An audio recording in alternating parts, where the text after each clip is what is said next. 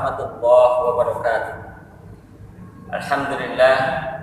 Alhamdulillahilladzi anzala al-Qur'an hudan lin-nasi wa bayyinatin minal huda wal furqan. Asyhadu an la ilaha illallah wahdahu la syarika lah wa asyhadu anna Muhammadan abduhu wa rasuluh. Allahumma shalli ala Muhammad wa ala alihi wa ashabihi ajma'in. Puji syukur kita panjatkan kepada Allah Subhanahu wa taala yang telah memberi kita begitu banyak kenikmatan. Nikmat kita diberikan kesehatan, nikmat kita diberikan kesempatan, nikmat kita diberikan usia, sehingga di bulan suci Ramadan ini kita masih bisa menjalankan perintah-perintah Allah Subhanahu wa taala, dan dalam kondisi kita diberi musibah atau diuji oleh Allah Subhanahu wa taala dengan adanya Covid-19 ini. Semoga setiap amalan kita, setiap ibadah kita menjadikan amalan mutakabbalan, amalan yang akan diterima di sisi Allah Subhanahu wa taala. Santri dan siswa-siswi SMPT Harapan Bunda, baik reguler maupun boarding, apa kabar semuanya? Semoga teman-teman bersama keluarga di rumah senantiasa ada dalam naungan dan keberkahan dari Allah Subhanahu wa taala. Insyaallah pada kesempatan kali ini Ustaz akan menyampaikan satu tema atau tausiah dengan tema min mumayyizatil Quran, keistimewaan Al-Quran. Ikhwati fillah rahimakumullah, salah satu nikmat yang perlu kita syukuri yang telah dianugerahkan oleh Allah Subhanahu wa taala kepada kita selaku hamba-Nya, yaitu nikmatul Quran. Yang mana Quran ini Allah Subhanahu wa taala jaga dari 14 abad tahun yang lalu sampai hari ini. Allah Subhanahu wa taala menjaga orisinalitasnya. Allah Subhanahu wa taala menyampaikan inna nahnu nazzalna dzikra wa inna lahu lahafidun. Dan kita tidak akan mampu mengubah isi Al-Qur'an, tapi justru Al-Qur'an akan mengubah kehidupan kita. Ikhwati fillah rahimakumullah, oleh karenanya beruntunglah kita semuanya, dan tentunya berbahagia bagi kita semuanya kalau kita diberikan rezeki oleh Allah Subhanahu wa taala senantiasa bisa berinteraksi dengan Al-Quran setiap hari, baik itu tahfidz, qiraah, tilawah, mengamalkan maupun mendakwahkan Al-Quran. Ikhwati fillah rahimakumullah, apa saja keistimewaan Al-Quran itu? Yang pertama adalah nazal Al-Quran munajaman hasbal waqa'i. Al-Quran turun sesuai dengan peristiwa dan kejadian yang ada. Lam yanzil duf'atan wahidatan. Quran tidak turun secara sekaligus. Ikhwati fillah rahimakumullah, para ulama menyampaikan bahwa Al-Quran turun dalam beberapa tahapan. Yang pertama, Al-Quran turun dari Allah Subhanahu wa taala ke Lauhil Mahfuz. Sebagaimana Allah Subhanahu wa taala sampaikan dalam Quran surat Al-Buruj ayat 21 sampai 22. A'udzu billahi minasyaitonir rajim, bal huwa Qur'anun majid fi lauhil mahfuz. Berikutnya, dari Lauhil Mahfuz Al-Quran turun ke Baitul Izzah, atau sebagian orang menyebutkan ila samai dunya, secara jumlatan wahidatan. Kemudian dari Baitul Izzah ila qalbi Nabi Muhammad sallallahu alaihi wasallam munajjaman atau mufarraqan hasba waqa'i. Jadi Quran turun dari Baitul Izzah kepada Nabi Muhammad sallallahu alaihi wasallam secara berangsur-angsur, secara bertahap sesuai dengan peristiwa yang terjadi pada zaman itu. sebagai bukti bahwa Al-Quran diturunkan secara mufaraqan atau secara bertahap. Makanya kita kenal ada yang namanya surat Makkiyah dan surat Madaniyah.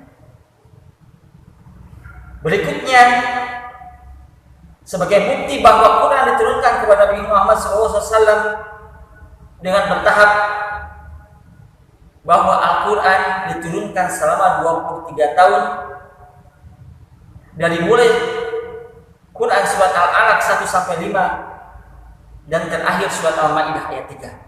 Dan sebagian ulama menyebutkan Quran surat Al-Baqarah ayat 281. Berikutnya yang ketiga, bukti bahwa Al-Quran diturunkan secara mufaraqan, secara bertahap. Kita menemukan dalam ayat Al-Quran Allah menyampaikan dengan kalimat yas'alunaka.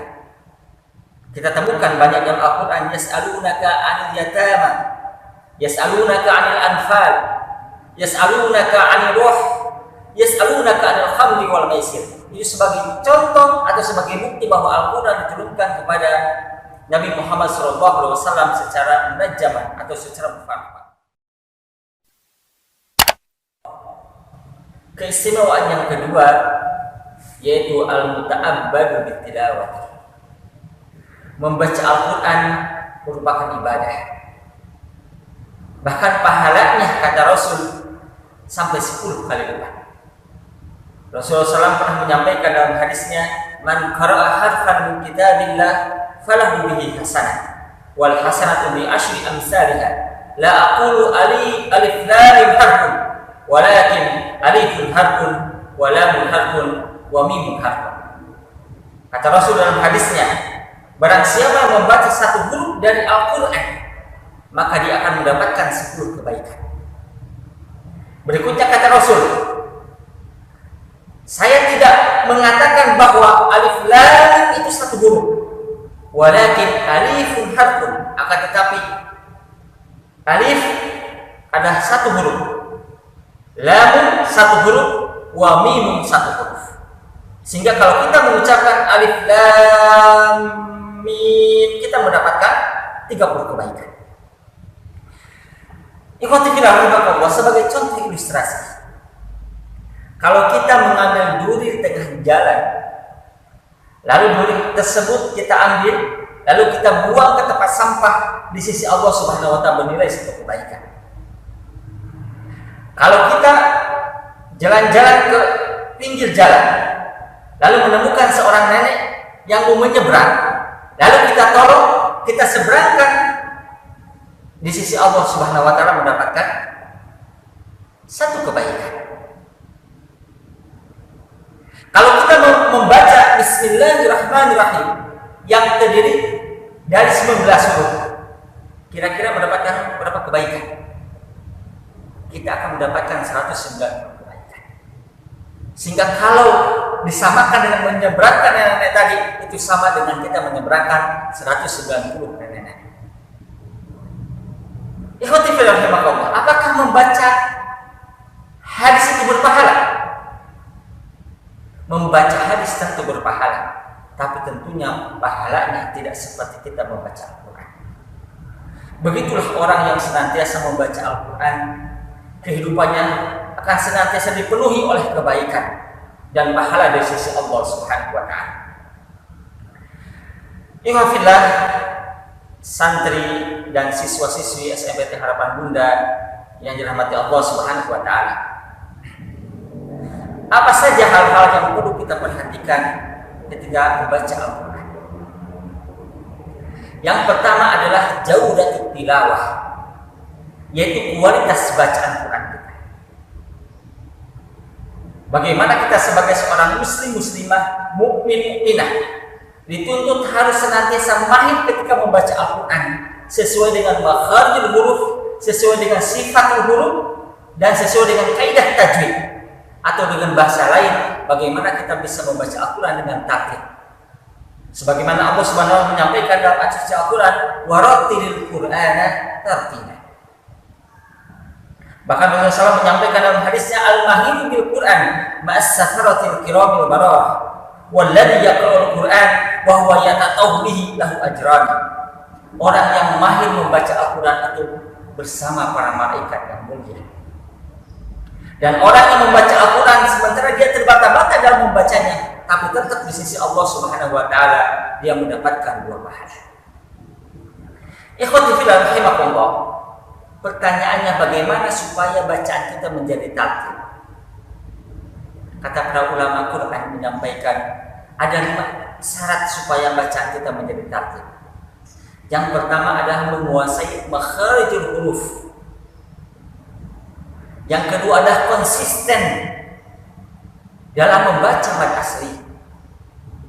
Yang ketiga, sempurna bacaan dengung. Yang keempat, menguasai gharibul Quran. Dan yang kelima, memahami bacaan tarkib dan tafkhim atau bacaan tipis dan tebal. Itulah seseorang yang dikatakan sebagai orang-orang yang mahir membaca Al-Quran, atau dikatakan sebagai orang yang tartil membaca Al-Quran. Oleh karena hari ini banyak sekali metode-metode uslub bagaimana kita bisa menguasai Al-Quran.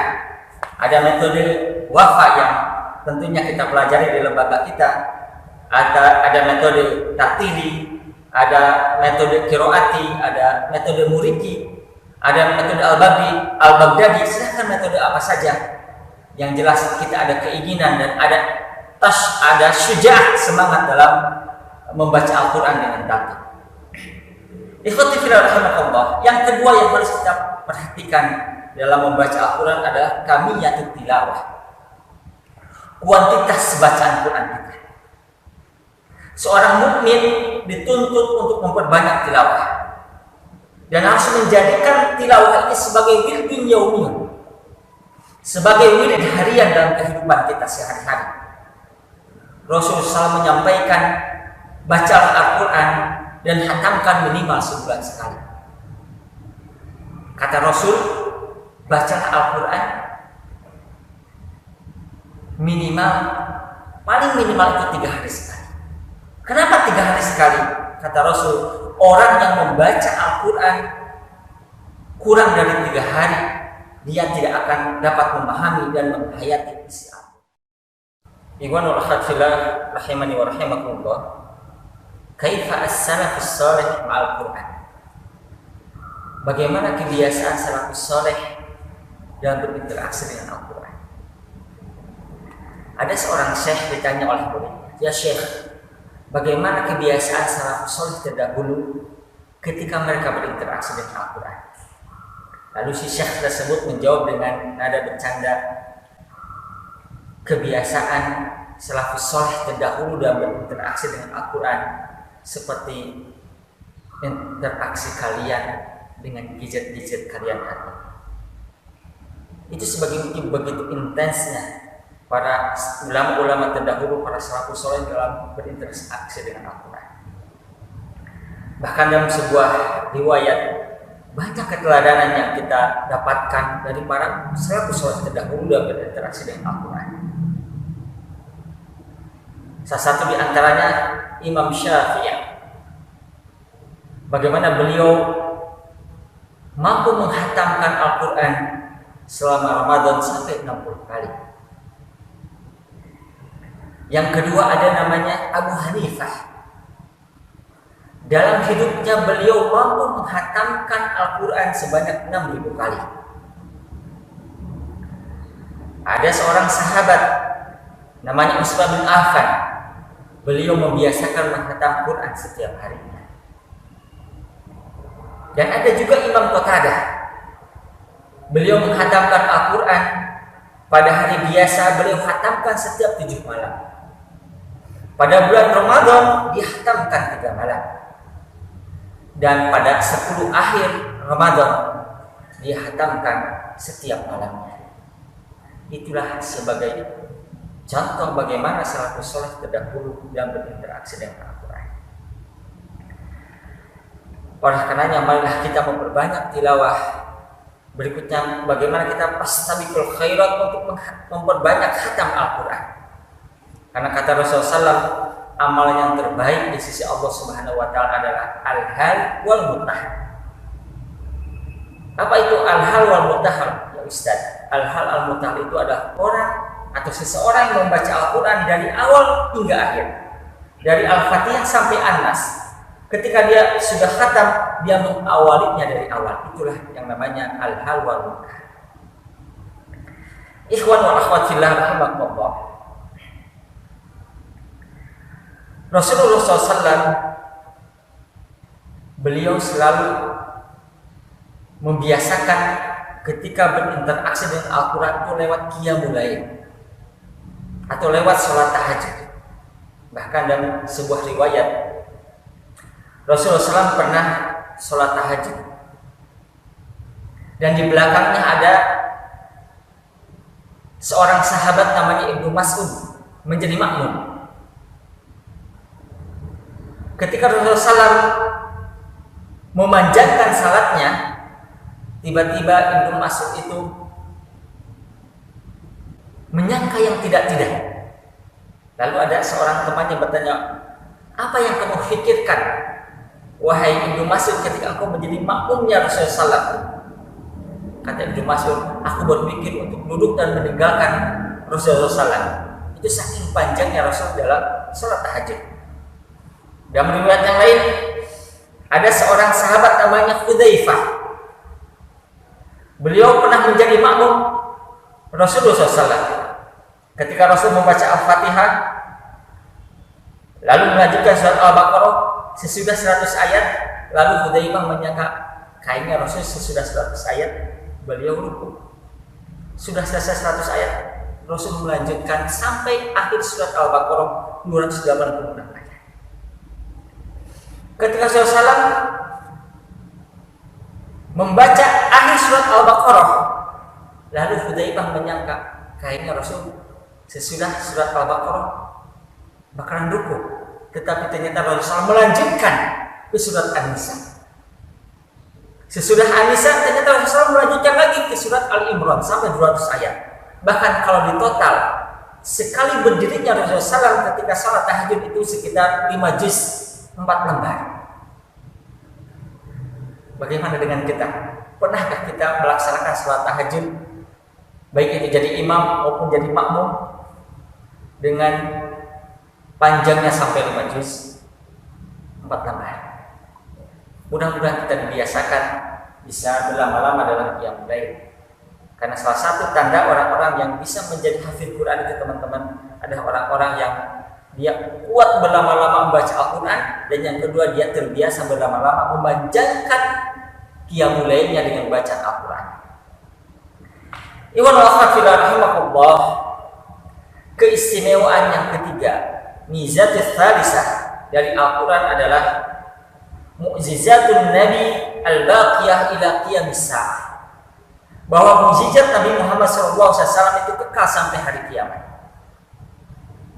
Sesungguhnya para nabi dan para rasul diberikan mukjizat oleh Allah Subhanahu wa taala. Ketika mereka wafat, selesai juga mukjizatnya. Tetapi Nabi Muhammad SAW, walaupun beliau sudah meninggal dunia, tapi mukjizatnya abadi dan tetap ila qiyamis sa'ah, sampai hari kiamat. Ikhwati fillah rahimakumullah, ternyata kemukjizatan Al-Quran di samping abadi sampai hari kiamat, banyak sekali mukjizat-mukjizat yang lain yang kita dapatkan. Di antaranya adalah terletak pada fasah dan balaghahnya, atau keindahan susunan dan gaya bahasanya. Pernah dulu di zaman Rasul ada seorang sastrawan namanya Walid bin Mughirah. Ketika Walid dimintai komentarnya oleh Abu Jahal tentang susunan Al-Quran, Walid menjawab, demi Allah, tidak ada di kalangan kita yang mampu menandingi Al-Quran. Bahkan pada waktu itu Walid bin Mughirah pernah membuat syair tandingan, yang mana syair tersebut dia tulis yang bunyinya malfir wa ma adraka malfir lahu dzailun tawil. Apa itu gajah? Dan tahukah kalian apa itu gajah? Gajah itu adalah satu hewan yang mempunyai satu ekor yang panjang. Bahkan dulu juga ada seorang nabi palsu namanya Musailamah al-Kadzdzab. Beliau pun dia pernah menandingi Al-Quran juga, tapi dia tidak mampu keindahan Al-Quran. Beliau pernah menulis sebuah syair yang bunyinya, hai kodok, anak dari dua kodok, bersihkan apa yang dapat kau bersihkan, bagian punggungmu di atas air, sedangkan perutmu di tanah. Ternyata itu tidak menandingi keindahan dan susunan bahasa Al-Quran. Ikhwatillah rahimakallah, yang kedua adalah keindahan bahasa Al-Quran. Pernah dulu di zaman Rasul, suatu malam ada 3 orang kafir Quraisy. Yang pertama namanya Abu Lahab, yang kedua namanya Abu Jahal, yang ketiga namanya Akhnas bin Syariq. Ketiganya pernah menyelinap di waktu malam, mendatangi rumah Rasulullah SAW hanya untuk mendengarkan ketika Rasul melantunkan ayat-ayatnya dalam keadaan sholat. Lalu ketiganya mereka mempunyai posisi yang tidak saling mengetahui satu sama yang lain. Ketika Rasul selesai sholat, mereka saling memergoki. Lalu mereka saling mencela, saling mencela dengan kejadian tersebut. Akhirnya mereka membuat kesepakatan untuk tidak mendatangi rumah Rasulullah SAW. Ternyata keesokan harinya mereka lakukan seperti malam-malam sebelumnya. Kenapa mereka bisa melakukan seperti itu? Karena ada gejolak jiwa dalam hatinya tentang keindahan Al-Quran. Akhirnya hari-hari berikutnya mereka membuat muahadah, perjanjian untuk tidak mengulangi lagi apa yang dilakukan oleh ketiganya. Itulah sebagai bukti bagaimana keindahan Al-Quran tidak hanya bisa dirasakan oleh orang-orang yang selalu berinteraksi di dalamnya, tetapi ternyata orang-orang kafir pun secara hati nuraninya, secara jiwanya mereka mengakui tentang keindahan Al-Quran. Iwan akhwatillah rahimakumullah, keistimewaan Quran yang terakhir, mizatul akhirah, yaitu yu'ata nuran, akan diberikan cahaya. Rasulullah SAW pernah menyampaikan dalam hadisnya, terangilah rumah-rumah kalian dengan salat dan tilawah.